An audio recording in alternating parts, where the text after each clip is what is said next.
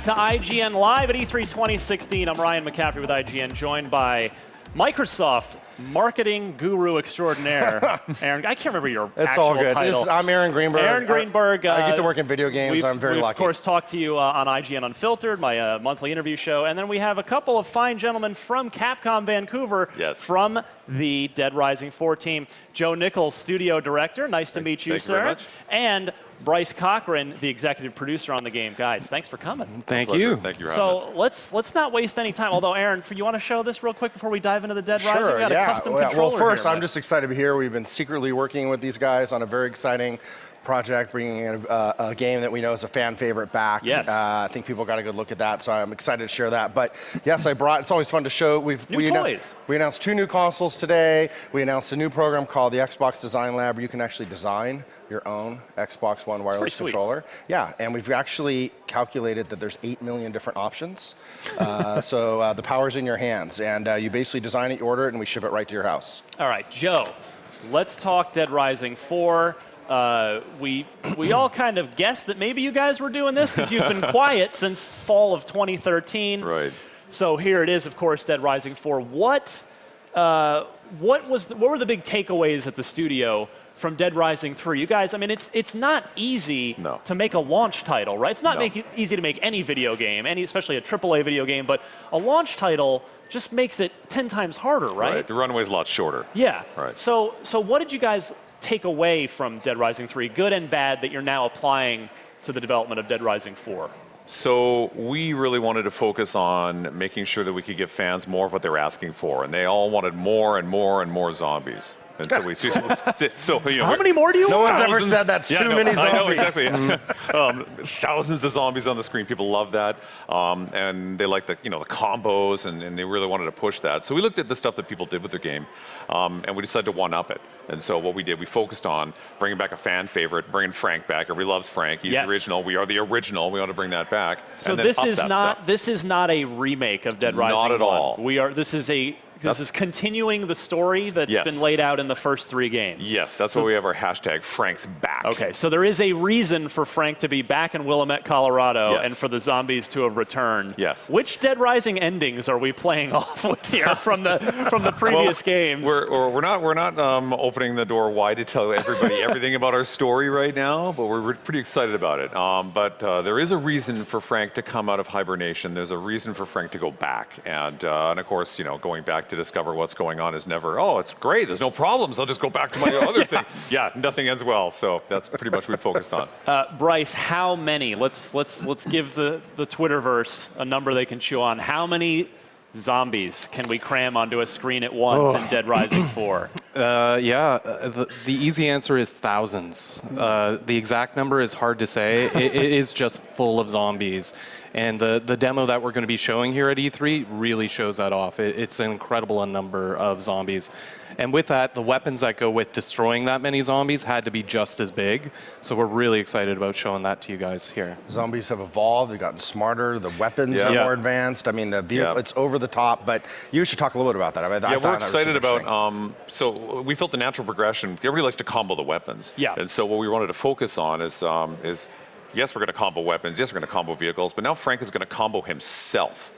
You might have seen in the footage that has been on the show today. Yeah, it's an exosuit is what we call it. And not only does that make you stronger, better, faster, and do all the stuff that you would imagine it would do, you can combo that thing too. And it's ridiculous what the stuff you can do. Well, can you give me an example? Give me something. So you can run down the street and you can punch cars, and the cars will roll right down the street, and you just watch your kill count go because you're rolling them all over. But then you can look, oh, I've got this exosuit on. I think I'll pull that parking meter out of the ground. You rip that thing out, and all of a sudden you got a giant concrete block on a pole, and you just bat your way through. And we have dozens of examples of that. Well, enough talk, gentlemen. Let's take a look at the game. Can we roll the footage, and we'll talk through this a little bit with you, since we're lucky enough to have you here. Sure. Let's see some Dead Rising 4 and see what's doing. So that's probably a crafted weapon, I presume. It is. It's the electric axe, and as you can see, it's just devastating the crowds. But we also want to make sure, like, one of the things with Dead Rising is the amount of weapons and what you can do, so we really amp that up. It's a great way to end a long day at work, I'll tell you. It is. Yeah, it yeah, is for sure. the killing spree. Selfie mode, we The love original selfie selfie. mode. Yeah. Before selfies You took could change off. your right there. expression. There's the exosuit, putting on the exosuit. Now, we saw bits of this in the trailer, and we just saw it a second ago, actually. On particularly gruesome kills, you get just a quick pause of the camera. Is that sort of a mini glory cam, mini little execution? Yeah, we wanted right to there. There it is like again. really, we call it, when Frank just picked up the zombie and he tears it in half, we call that the grilled cheese. And every time you make a grilled cheese sandwich, you have to savor that. Of course. Yeah, so same thing for zombies. There's the parking meter he's just pulled out.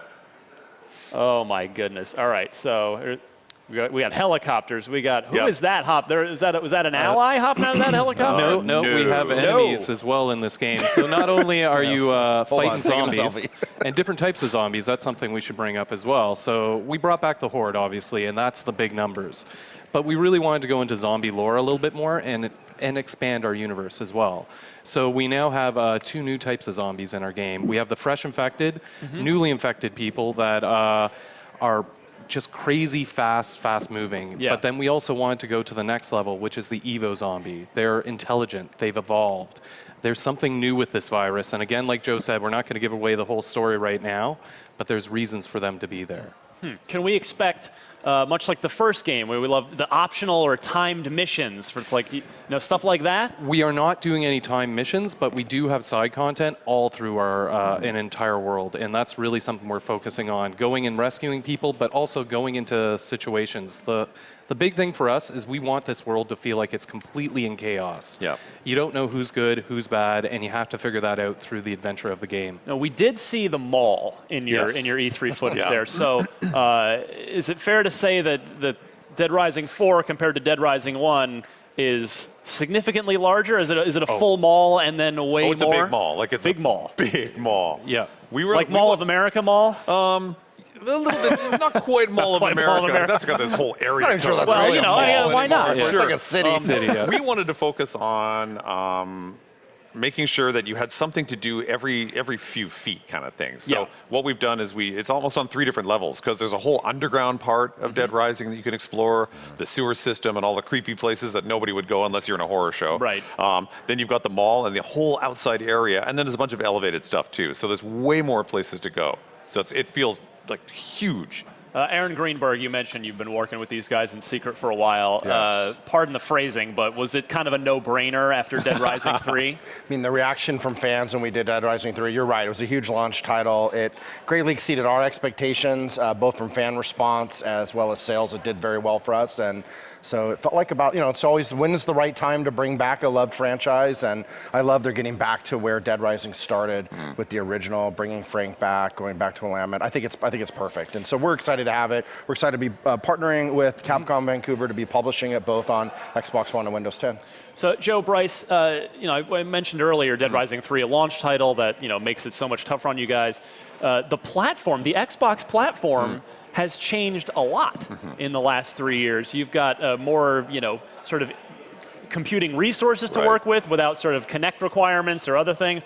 So, what have you been able to do tech-wise with this game compared to what we saw in Dead Rising 3? Well, I think as Aaron can attest, because we've probably been through a lot of console iterations over the years. It's like driving a manual transmission. You get better at it the longer you drive, right? And that's exactly what it is for us with the Xbox. We know how to use it better. It's improved. There's better tools. There's better things for us to use. And so we were able to put a game together working at the same time, Xbox and Win 10. Yeah. It really works so well together, and so we develop them at the same time. We don't just do one and then, we forgot about that platform and do it that way. So we focus on that, and it's enabled to just get us, if you look at the game, it looks great. The game looks so fantastic. much better because we've had the time to invest in it. Yeah, look at that. Swing him just around. It's ridiculous. The particle effects and the amount of stuff on the screen is just ridiculous. There's your grilled cheese moment. Yeah, right there's there. a grilled cheese moment. There's going to be a lot of grilled cheese moments in this game. Please tell me that being a game set at Christmas time in a really horrible situation, there's some sort of die-hard Easter egg in here somewhere. Oh yeah, we've got tons of stuff hidden in there. Tons of stuff. But the good thing about having a Christmas setting is you're comboing weapons, you've already done combos, but you can combo stuff with like a candy cane crossbow and Christmas ornament bomb guns, and it's like they jingle and there's glitter. It's amazing.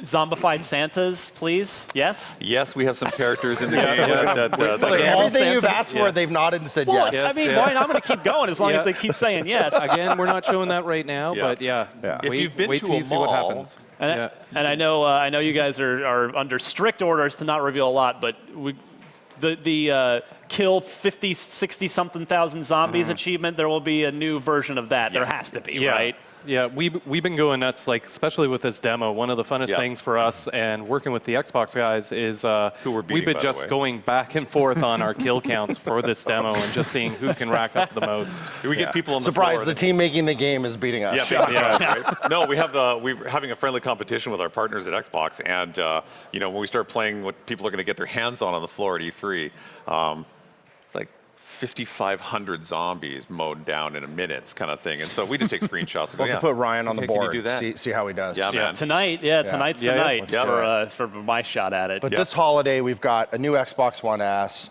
we've got a new controller, we've got your build your own custom design, and the perfect holiday gift with Dead Rising 4. What more could fans ask for? Does that mean, now we didn't get a specific release date from you guys, but we are looking at holiday of this year. Yes, holiday this year. All right, when are we going to know for sure?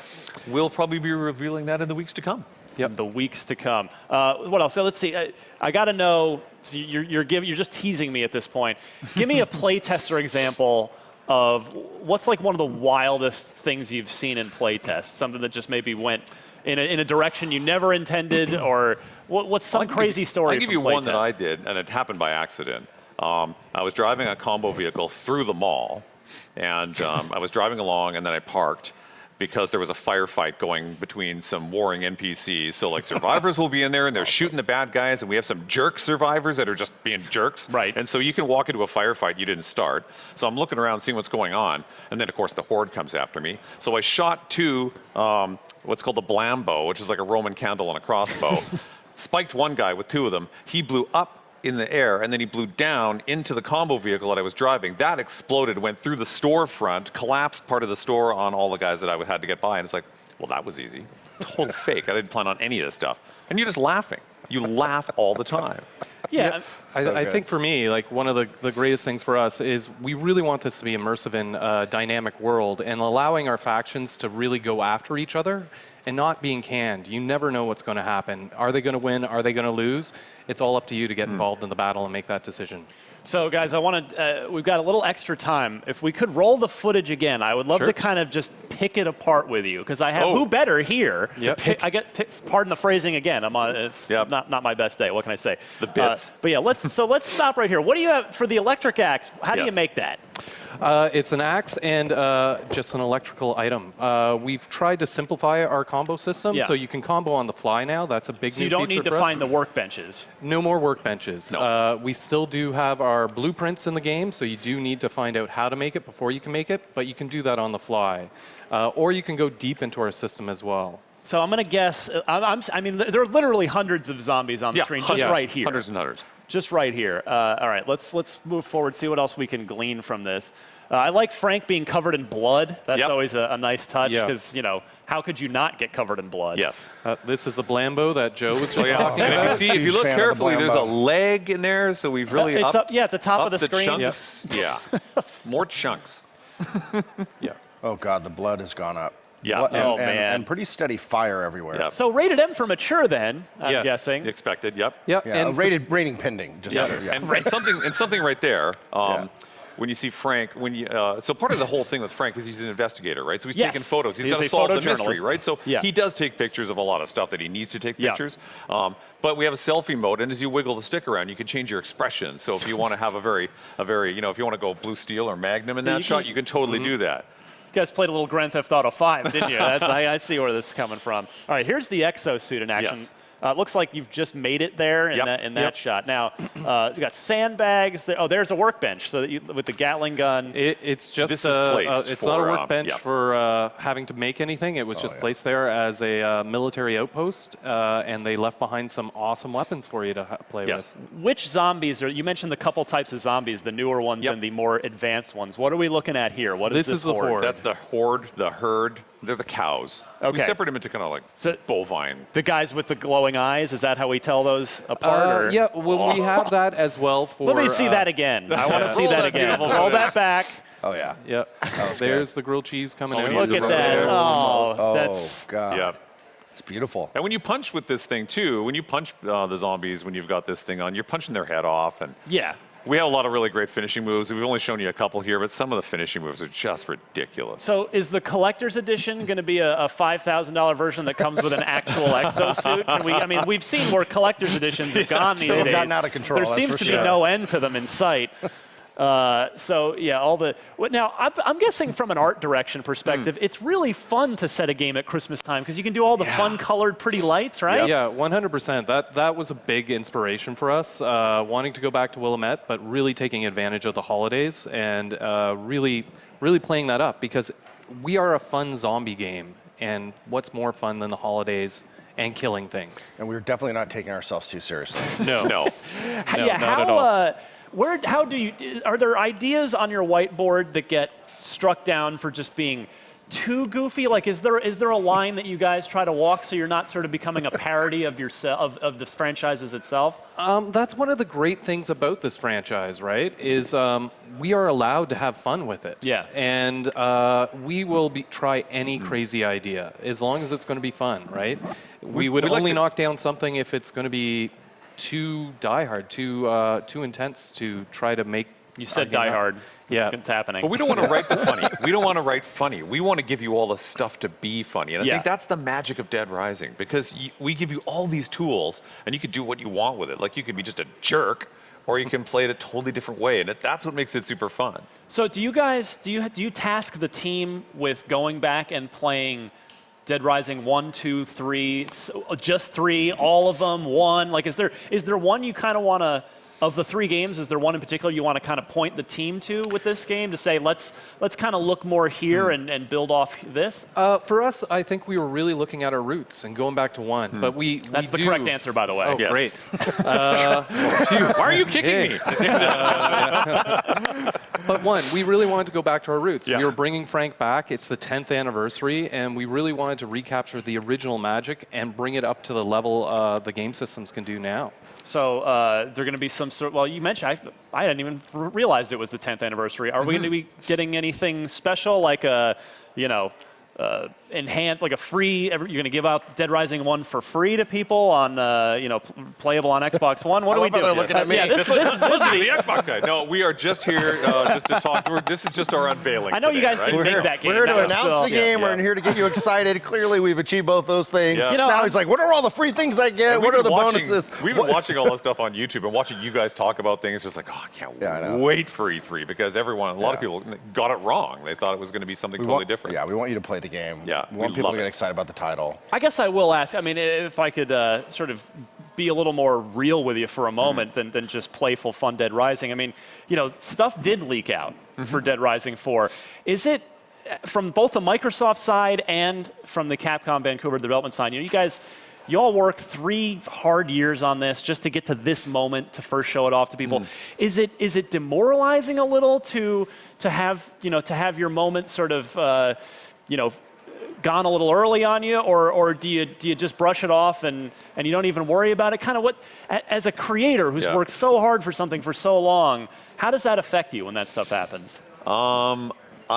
I think, honestly, I'll have to say, I mean, it's really unfortunate this kind of stuff happens. Everybody hates it. We don't like it. But, I think the thing that's happened for us in this case is it started to make this big swell of anticipation for us. And all of a sudden, we were getting hammered with people contacting us and getting excited about it. And that, although we were kind of like, we don't want that to show up now. But the fact that people are so excited about it has really been the silver lining in this whole thing. Yeah, and I think for us, I mean, obviously we want to save those announcements and make them special for the fans. I think even as a fan, when I watch a briefing or watch a media event, I always sort of want to like wait for that moment. I'd love it not to be spoiled, but you're right, Joe's totally right. We saw more anticipation, more buzz, more social activity as a result of a little bit of the leaky boat, if you will. And that actually drove, in our online real-time concurrent views, we've exceeded anything we've ever seen in any previous E3. So in many ways, it drove tune-in for our briefing, and hopefully more people saw Dead Rising 4 as a result. Making the lemonade out of lemons, which is a classic, making something out of something else. Typical Dead Rising. And everyone's been so great, super supportive, right? Absolutely. Super receptive. Can't wait to see it. We'll be playing it tonight. Look for coverage on IGN. Aaron Greenberg, Joe Nichols, Bryce Cochran. Gentlemen, thank you so much. Dead Rising 4 is the game. It's coming to Xbox One and Windows 10 this holiday. Thank you so much, guys. Thank you very much. Thank you. We'll be right back after this.